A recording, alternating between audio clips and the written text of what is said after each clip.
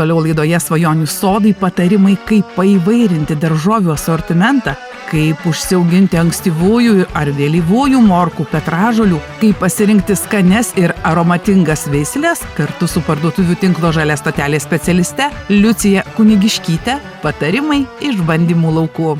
Taigi, Liucija, turime tikriausiai vieną populiariausių daržovių ir greičiausiai tokia vieną skaniausių. Galime užsiauginti saldesnio skonio morkų, ar ne, tokių aromatingų ir labai saldžių. Tai matau begalę veislių šiandien mums parodysi, tai paminėkit ir apie jų skanumą. Turiu rankose savo visų galimų spalvų morkas. Ir noriu pasakyti, kad morka prasidėjo nuo štai šitų neįprastos spalvos morkų, baltos ir violetinės spalvos. Ir tik vėliau atsirado selekcininkų darbo dėka, atsirado morka oranžinė, sukurtos oranžinės spalvos veislės, kuriuose gausu karoteno. Veislės yra skirstomos į ankstyvas veislės, vidutinio vėlyvumo ir vėlyvas veislės. Tai Liepos mėnesį mes jau turime užaugusias morkas, ankstyvas veislės. Nepalikite ankstyvųjų morkų iki rudens, nes tiesiog derlius prastės, morkos kils ir neturėsite. Tai visada rinkdamiesi veislės sėkite bent kelias veislės. Tai dabar apie sėją noriu įsiterpti, kada sėjamos tos ankstyvosios, kada tos vėlyvosios. Iš tikrųjų, sėja ir dirvožėmis morkom yra labai svarbu. Netgi patarčiau taip, jeigu neturite tinkamos dirvos, jeigu turite sunkią dirvą, kurioje užsistovi vanduo, neauginkite morkų, nes tai yra bus prarastas laikas, neliksite patenkinti ir neturėsite derliaus. Morkos gerai auga vidutinio sunkumo dirvose, nepikžolėtose dirvose, gali būti sėjamos iš rudens, pasėtos morkos reikėtų sėklos normą padidinti 30%. Sėjamos iki gegužės pabaigos, gegužės pabaigoje sėjame vėlyvas veislės. Dabar dar norėčiau paminėti apie morkų sėją. Morkų sėklos yra gausu eterinio aliejų, jos maloniai kvepia visada. Tai va tie eteriniai aliejai turi įtakos morkų sėklų daigumui. Tai jeigu perkate morkų sėklas, nepirkite morkų sėklų į atsargą 3-4 metam. Nupirktas sėklas pasiekite 1 arba 2 sėjos metais. Pasak Liucijos Kunigiškytės, tos sėklos, kurios turi daug eterinių aliejų, greičiau negu kitos praranda daigumą. Ne tik morkų, bet ir krapų bei salierų sėklos, tad jų nereikėtų ilgai laikyti. Norint turėti kokybiškas morkas, pasėlį reikėtų retinti. Bent 2 kartus, aš su savo sėja retinu 3 kartus. Tarp morkos turėtų būti 3-3,5 cm tarpai, kad mes turėtume kokybišką derlių. O dabar kokias morkų veislės rinktis daržui ar pakeltoms lysvėms? Hibridinė veislė Purple Sun, štai tokios violetinės spalvos morkos, aš prapjoviau, viduje jos yra šviesios, išties labai skanios, mes paskanavome. Saldžios, tai yra ankstyva hibridinė veislė. Tiem, kas nori neįprasto skonio, originalios tokios spalvos morkų, Purple Sun hibridas būtų tikrai papuoštų jūsų stalą. Morkos tinka šviežiam vartojimui, gali būti šaldomos. Tai Liucija, dabar matau šią veislę morkų, tai atrodytų, kad jos molyje augo ir nepakankamai užaugo. Ar čia tokia veislės savybė? Čia yra tokia veislės savybė ir tas veislės pavadinimas atitinka morkų formą, tai yra veislė rondo. Veislė esanti mūsų asortimente ne 1 metus, tai tie, kas pradeda auginti morkas, tai vertėtų išties šitą ankstyvą veislę turėti savo darže dėl to, kad jinai auga sunkesnėse dirvose, šakniavaisiai yra pilnai užaugę. Šiais metais buvo labai lietingi metai, tai jie galbūt neturi veisliai būdingos tos formos, būna labiau rutuliškesni šakniavaisiai. Bet kalbant apie pačias morkas, tai yra ankstyvos morkos, labai jas mėgsta vaikai, labai jas lengva išrauti. Išties veislė rondo, kurią vertėtų turėti kaip ankstyvą veislę, kaip apvaliai šakniavaisiais, labai skanę morkų veislę.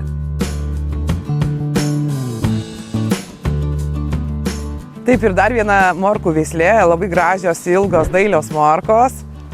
Iš tikrųjų, taip, jos labai gražios, jos labai ilgos ir labai populiarios morkos, labai mėgstamos mūsų daržininkų, tai yra ankstyvas Napoli hibridas. Labai kokybiškas derlius, visados garantuotas vienodas, štai tokia graži lapija, morkos skirtos ankstyvam derliui, hibridas Napoli. Kalbant apie šitas sėklas, noriu pasakyti, kad jos tinka tiems, kas neužsiima ekologiniu ūkininkavimu, nes sėklos yra profesionalios kompanijos ir jos yra beicuotos. Tai reiškia beicuotos, apdorotos taip, kad jų nepultų, kad būtų atsparios tiek kenkėjams, tiek ligoms.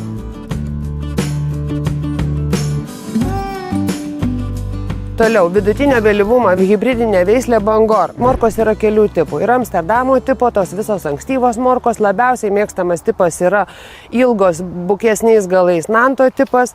Šito tipo morkos yra Berlikum tipo, jos yra kiek nusmailėjusios. Hibridas atsparus ligoms, labai derlingas, labai skanios morkos. Hibridinė veislė Bangor yra vertinga dėl to, kad jos šakniavaisiuose yra daug karotino.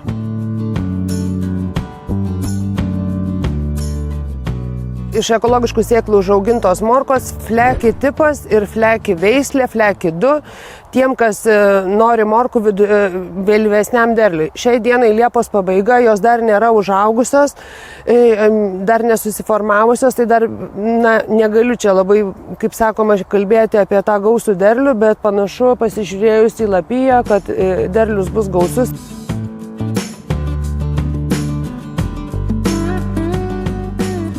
Ir dar vieną morkų veislę norėčiau pristatyti Berlikum Ramoza. Šties Liepos pabaigoje šios veislės morkos dar nėra tokios didelės, nes tai yra vėlyva veislė. Morkos užaugs, dar turi augimui 1,5 mėnesio, bet tie, kas nori vėlyvų morkų, tikrai vertėtų turėti savo daržuose šitą veislę. Bet vienok Liepos pabaiga veislė jau yra užaugusi, net ir tada, jeigu auginsite tik vėlyvas morkas, Liepos pabaigoje turėsite morkų. Toliau dar viena tema – petražolės, jų rūšys, veislės. Kaip pasirinkti petražolės daržui ar pakeltoms lysvėms terasose? Parduotuvių tinklo Žalia stotelė specialistės Liucijos Kunigiškytės patarimai iš bandymų laukų. Išties petražolės labai gražios, labai tinka maisto dekoravimui, jos kiek šiurkštokos, yra mėgėjų, kurie jas valgo, bet tie, kas iš tikrųjų nori tos aromatingos petražolės ir mėgsta daug salotom, vasarai, tai vis dėlto rekomenduočiau auginti lapinės petražolės, nes jos išsiskiria minkštais lapeliais, aromatingumu ir tai tokiu platesniu panaudojimu. Tos garbanotos jos taip pat tinka kaip prieskoninis augalas, gali būti dedamos į salotas, bet reikėtų jas naudoti maistui kuo įmanoma šviežesnės. Kalbant apie šakninės petražolės, vėlgi petražolės, kurios auginamos šaknims. Galima auginti šakninės petražolės ir vartoti jas tiek šaknis, tiek lapus. Kalbant apie šakninės petražolės, reikia pasakyti, kad tai labai geras prieskoninis augalas, jeigu jūs norite žiemą petražolių. Tai šaknis iškasus, želdinti jas ant palangės, tai yra pats greičiausias būdas užsiauginti petražolės. Kam auginamo šakninės petražolės? Mums gal netiek labai įprasta ir daug jas vartoti, bet jeigu mes kalbame apie olandus, apie vokiečius, apie čekus, jie yra fanai petražolių, sukūrė begalę veislių, deda į troškinius, grilina petražolių šaknis kartu su lapais. Jie naudoja tiesiog kaip daržovę, ne taip kaip mes įpratę, kaip prieskoninį augalą. Astra yra čekiška veislė lapinių garbanotų petražolių, štai tokios sodrios žalios spalvos. Liepos vidurys jinai išliks, mes turėsime derlių jos ilgą laiką, jinai ilgai neperauga, ilgai nesuformuoja žyduolių. Vienok ta žalia spalva ir ta forma astros, štai tokia jinai yra graži ta petražolė, aromatinga, sklinda aromatas ją nuskynusi ir kaip ir minėjau, gardinti maistą, maisto puošimui, dekoravimui nepakeičiama veislė. Dar viena veislė lapinių petražolių, labai švelniais ir aromatingais lapeliais veislė Festival. Vertėtų auginti šitą veislę, nes išties man viena iš labiausiai patinkančių veislių. Ilgai neperauga, lapeliai minkšti. Džiovinimui, šviežiam vartojimui, šaldymui, sultiniams, padažams, viskam, ir puošimui.